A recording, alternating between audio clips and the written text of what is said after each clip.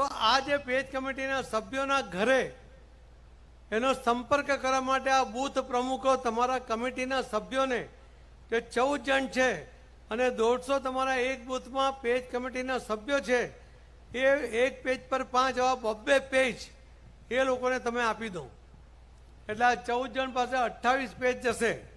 તમારા લગભગ 30-32 કઈ પેજ હશે તો કોઈ મહિલા મોરચાના પ્રમુખને, કોઈ યુવા મોરચાના પ્રમુખને, કોઈને પણ જોડી દો, કોઈ પણ આગેવાનને જોડી દો અને તમારી સાથે તમારા બૂથમાં રહેતા કેબિનેટ મંત્રી હોય, તમારા જિલ્લાનો અધ્યક્ષ હોય કે કોઈ પણ હોદ્દેદાર હોય એને પણ સાથે રાખો અને આ બૂથના પ્રમુખો, તમે ત્યાં નેતા છો તમારા બૂથના ને તમારી 14 જણની કમિટી એવું નક્કી કરો કે કાલે સ્થાપના દિવસ છે, બધાને યાદ છે ને ભારતીય જનતા પાર્ટીનો કાલે સ્થાપના દિવસ છે, તો કાલે સવારે તમે બધા નીકળો, એક જણ પાસે 10 ઘર હોય અને 1 કે 2 મોહલ્લામાં જ હોય, તો જો તમે નક્કી કરશો અને તમારી પાસે ઝંડી તમને આપી હશે કે બાકી છે, તમને ઝંડી ઉપર પહોંચી ગઈ છે, તો આ દરેક સભ્ય 14 લોકો અને બીજા આગેવાનો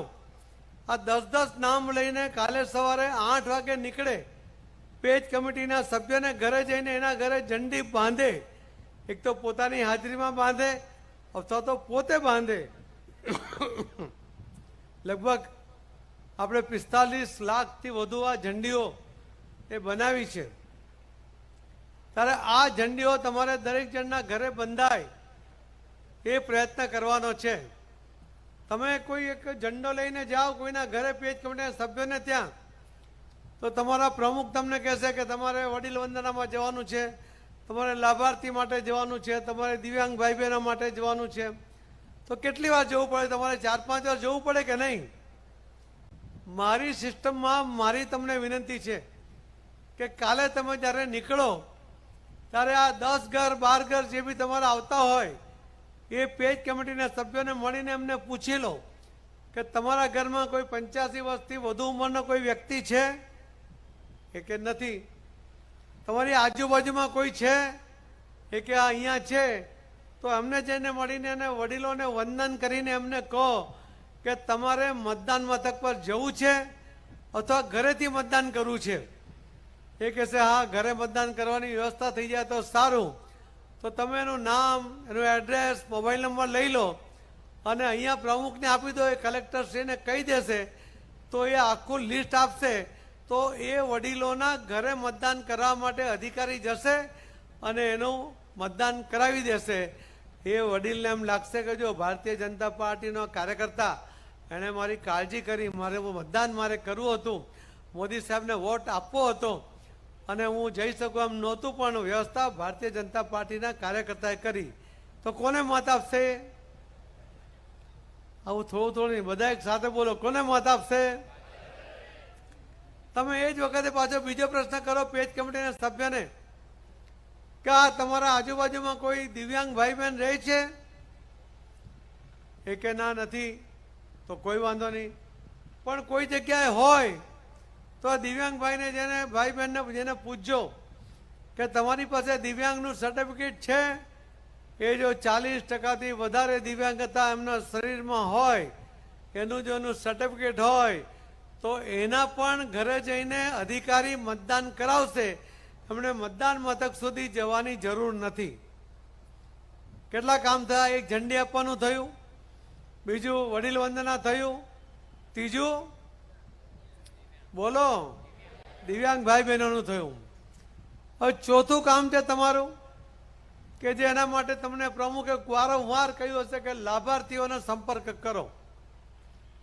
તમે ગયા બી હશે, કદાચ બાકી પણ હશે, પણ પેજ કમિટીમાં જતી વખતે તમારો લાભાર્થીનું લિસ્ટ છે, તમને ખ્યાલ આવશે કે કુલ જે નામ છે એક પેજમાં 30 એટલે 2 પેજ તમારી પાસે છે, એમાં તો 60 નામ છે અને એમાંથી 10 ઘરના એટલે લગભગ 15 નામ એ તમારા પેજ કમિટીના સભ્યો અને એના ઘરના લોકો થઈ જાય છે।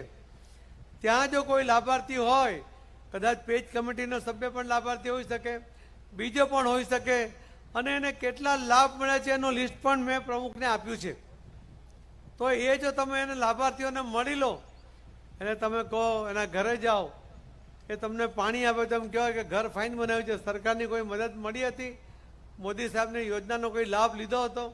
તો કે હા લીધો હતો. પછી તમને આગ્રહ કરે કે ચા પીને જાઓ,